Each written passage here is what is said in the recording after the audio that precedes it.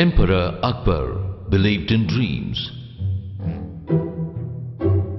If he had a dream, he would immediately call his astrologers for consultation. One day, he dreamt that all his teeth except one had fallen.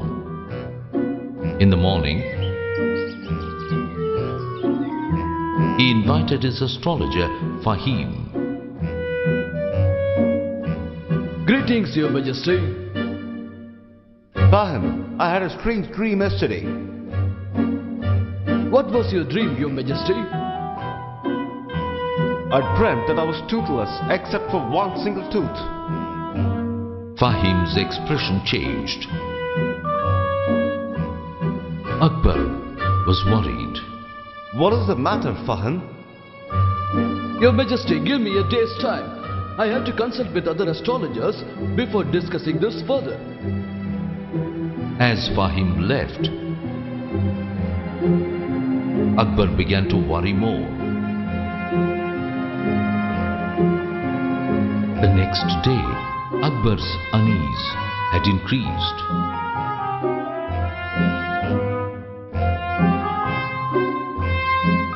By then, the astrologer Fahim entered the courtroom. Your Majesty. Yes, Fahim. Have you discussed the dream with other astrologers? Your Majesty, this means all of your relatives will die before you and you will be left alone. I'm sorry to say this to you. Akbar's face showed his sorrow. You may go now, Fahim. Fahim was disappointed that he didn't get any reward for his prediction. On his part, Akbar was concerned about his relatives. He sent the astrologer away without giving him anything. He got restless.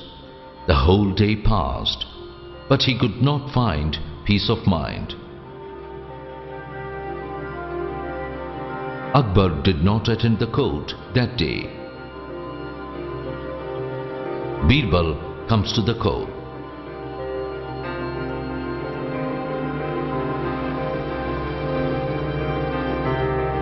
But is surprised to find the emperor absent. Akbar used to attend the court even if he was sick. Why was he absenting himself now? Birbal was worried. He goes to meet Akbar in his room in the evening and finds Akbar is sad and listless.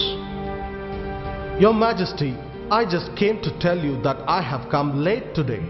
Akbar looked at Birbal. Why are you late? Your Majesty, I caught a thief in my neighbor's house. That's why I got delayed. How did you find the thief? A merchant is my neighbor. He has lost some gold. He suspected that the thief was one of his servants. So he came to me and mentioned the incident.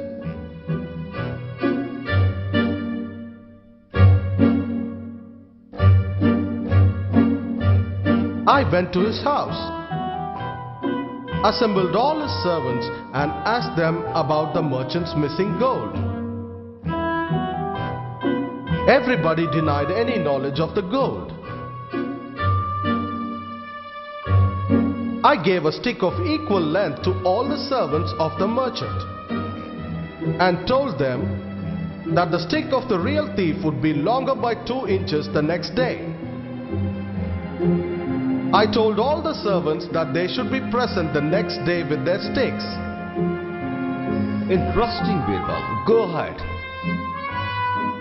Birbal was happy to see the smile on Akbar's face. What was the purpose of the stick? To beat them? No, Your Majesty, it's only a trick. All the servants gathered again at the same place the next day. I asked them to show their sticks. What happened? One of the servants had his stick shorter by 2 inches. He was the thief. I caught him and presented him to the merchant as the thief. The merchant got back his gold back from him. How do you say that he is the thief? My lord, the thief had already cut his stick short by 2 inches in the night, fearing that his stick will be longer by 2 inches by morning. But he did not understand that I was bluffing. The other servants were not worried as they had not stolen.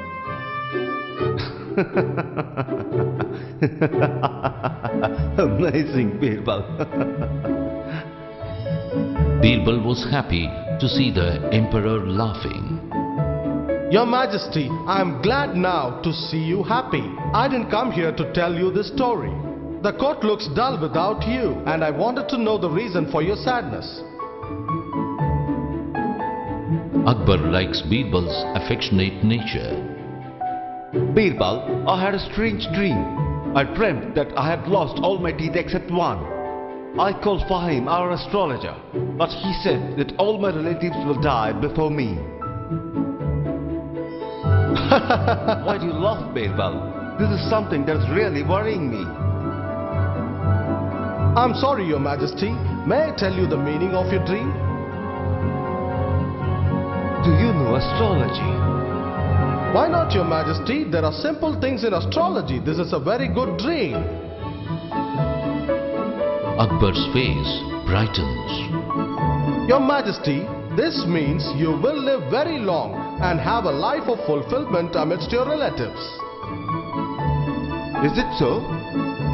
Yes, Your Honor. Falling off teeth means a very long life. Everyone knows that. I'm happy now, Birbal. Akbar was very pleased and rewarded Birbal handsomely. Birbal on his part was very happy to see the smile back on the emperor's face. One day, Emperor Akbar and Birbal were taking a walk in the palace gardens.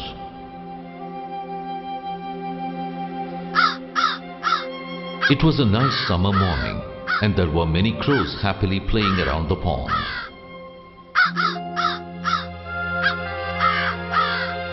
Akbar decided to test Birbal's wit. He asked Birbal how many crows there were in his kingdom. After a moment's thought, Birbal replied, "There are 95,463 crows." Amazed by his quick response, Akbar asked, "What if there are more?" Without hesitating, Birbal replied, "If there are more crows, then some are visiting from the other neighboring kingdoms. And what if there are less crows?" Akbar asked, "Then some crows from our kingdom would have gone on a holiday to other places." Such was Birbal's presence of mind and intelligence. Although Birbal was well loved by Emperor Akbar and the common people because of his wit and love of justice, jealous courtiers at Akbar's court continuously plotted his downfall without success. Even Birbal's death in a battle was said to be caused by treachery rather than defeat. Akbar mourned Birbal's death for several months. Polished like gemstones in the river of time, the tales of Birbal's wit and insight have delighted children and grown-ups across India for generations. These tales have entertained and taught people at all levels for hundreds of years. Although these tales are charming and amusing, they are not fictional. They are true stories of a wise man who lived in medieval India in the palace of Emperor Akbar. Birbal served his emperor with wit and wisdom, and he became so renowned that even today parents and grandparents use these clever adventures